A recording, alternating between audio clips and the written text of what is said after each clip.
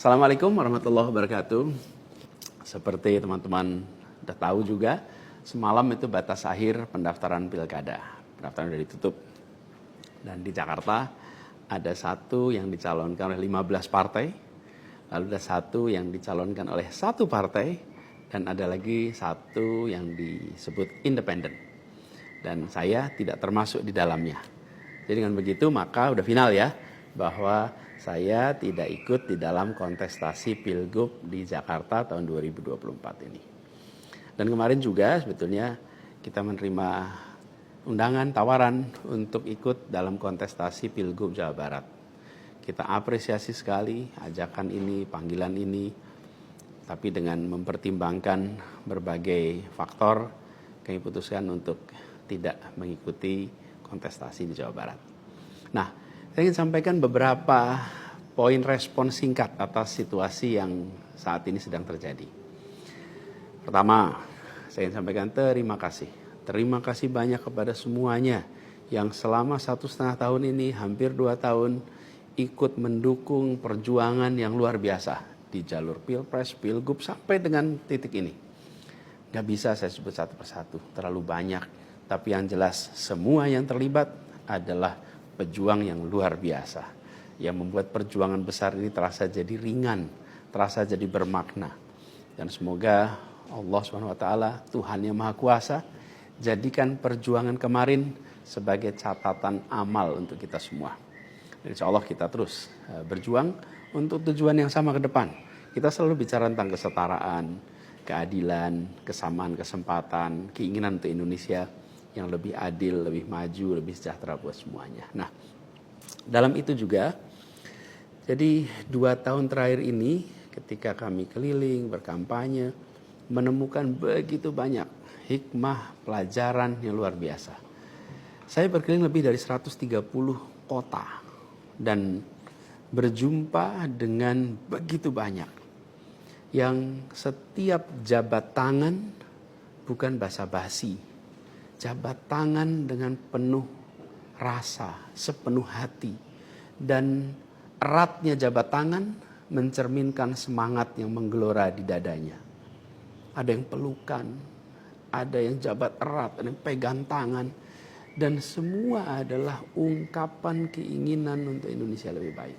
Banyak sekali cerita-cerita dalam interaksi itu yang tidak mungkin terlupakan. Apalagi kalau lihat teman-teman muda. Masya Allah, luar biasa. Kiprah anak muda di dalam proses kampanye kemarin itu membuat kita makin optimis. Kenapa makin optimis? Karena kita punya stok anak-anak muda yang mau bekerja melampaui sekedar kepentingan dirinya, pribadinya. Ini kita masih di bulan peringatan kemerdekaan ya. Di bulan kemerdekaan ini kita memperingati perjuangan para pendiri bangsa yang pada waktu itu banyak sekali yang masih muda-muda. Jadi ketika lihat anak-anak muda yang kemarin terlibat, rasanya dan makin yakin kita masih punya stok pejuang yang amat banyak. Pejuang yang akan membawa Indonesia menjadi lebih adil, lebih baik buat semuanya. Jadi perjalanan ini memberikan optimisme yang sangat besar.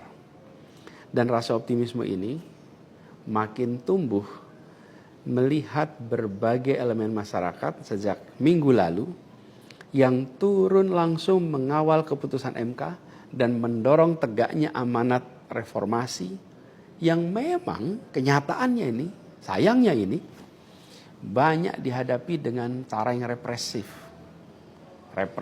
dan berlebihan. Anak-anak muda cedera, luka di saat mereka datang untuk ikut mengirimkan pesan kami ingin mengawal konstitusi. Kami ingin meluruskan usaha pembengkokan atas konstitusi. Karena itu hadapi juga dengan rasa cinta sebagai saudara sebangsa. Ini sangat disesali dan ini tidak boleh berulang lagi. Tapi bukan anak-anak muda, jangan pernah gentar. Jangan pernah mundur. Insyaallah jadi catatan untuk diceritakan dengan rasa bangga. Ketika Indonesia konstitusinya terancam, maka anak muda tidak diam. Anak muda terlibat. Dan banyak juga generasi-generasi lebih senior yang memilih terlibat walaupun secara usia sudah senior. Dan gerakan ini juga jelas memberikan hasil. Apa yang terjadi? putusan MK tetap tegak. DPR dan KPU harus mengikuti. Dan di banyak daerah ada calon-calon yang diinginkan publik yang tadinya ditutup jalannya, kemudian terbuka. Kenapa? Karena elitnya dipaksa oleh konstitusi untuk memberikan jalan. Dan ini adalah sebuah kesempatan untuk kita memperbaiki kualitas demokrasi dan harapannya nanti mutu pemerintahan di seluruh wilayah Indonesia. Jadi kemudahan yang disediakan oleh MK ini bisa dimanfaatkan. Walaupun di beberapa daerah juga tidak dimanfaatkan oleh partai-partai merespon aspirasi yang sesungguhnya ada dari masyarakat. Karena pilkada ini kan pemilihan di tingkat daerah yang harusnya mencerminkan aspirasi daerah, bukan aspirasi di puncak nasional. Tapi dalam kenyataannya tidak selalu semua bisa berjalan seperti itu. Nah, gerakan masif mengawal putusan MK di berbagai kota ini juga menunjukkan bahwa tidak benar bila rakyat Indonesia disebut sudah apatis, sudah tidak peduli pada kondisi demokrasi. Nope, sama sekali tidak. Harapan itu menyala, harapan itu menyala terang, dan insya Allah makin terang. Dan terangnya harapan ini harus terus kita jaga, kita besarkan sama-sama. Nah, hal lain yang ingin saya sampaikan, bahwa takdir Allah, Tuhan Yang Maha Kuasa, sudah tertulis bahwa saya tidak mengikuti kontestasi kali ini. Dan sejujurnya ada selalu rasa lega setiap kali melewati sebuah persimpangan jalan. Ketika amanat itu diberikan, artinya Allah SWT meyakini bahwa ini yang terbaik. Dan ketika amanat itu tidak berikan, saya yakin Allah SWT sedang melindungi pada kita. Jadi itu juga yang saya jalani selama ini.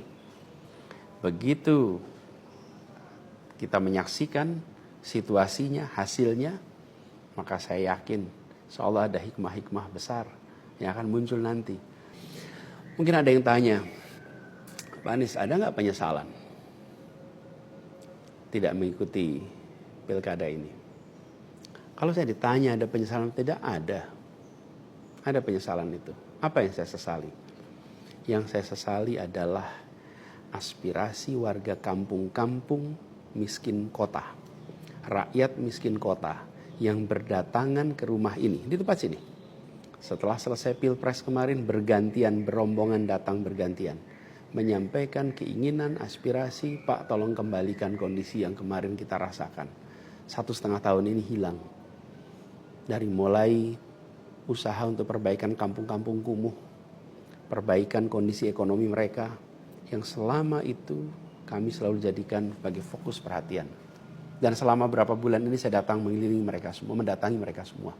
Ini yang saya, kalau dibilang perasaan ya, ada perasaan, waduh ini aspirasi ini gak bisa kita tuntaskan. Lihat warga kampung Bayam yang terlantar, berat rasanya. Lihat kampung-kampung yang setiap kali kita datang, Pak tolong ini dituntaskan, berat rasanya kalau mereka tidak bisa mendapatkan penuntasan atas usaha meningkatkan kesejahteraannya. Itu yang kalau ditanya sebagai rasa sesal, bagaimana rakyat miskin di Jakarta yang menjadi fokus perhatian kita tidak bisa saya penuhi harapannya. Para saudara-saudara semua, warga kampung di Jakarta, rakyat miskin kota, saya minta maaf karena tidak bisa membantu melalui jalan pemegang kewenangan, pembuat kebijakan. Tapi bukan berarti perjuangan kita berhenti dan bukan berarti kita ikhtiar kita selesai di sini, enggak.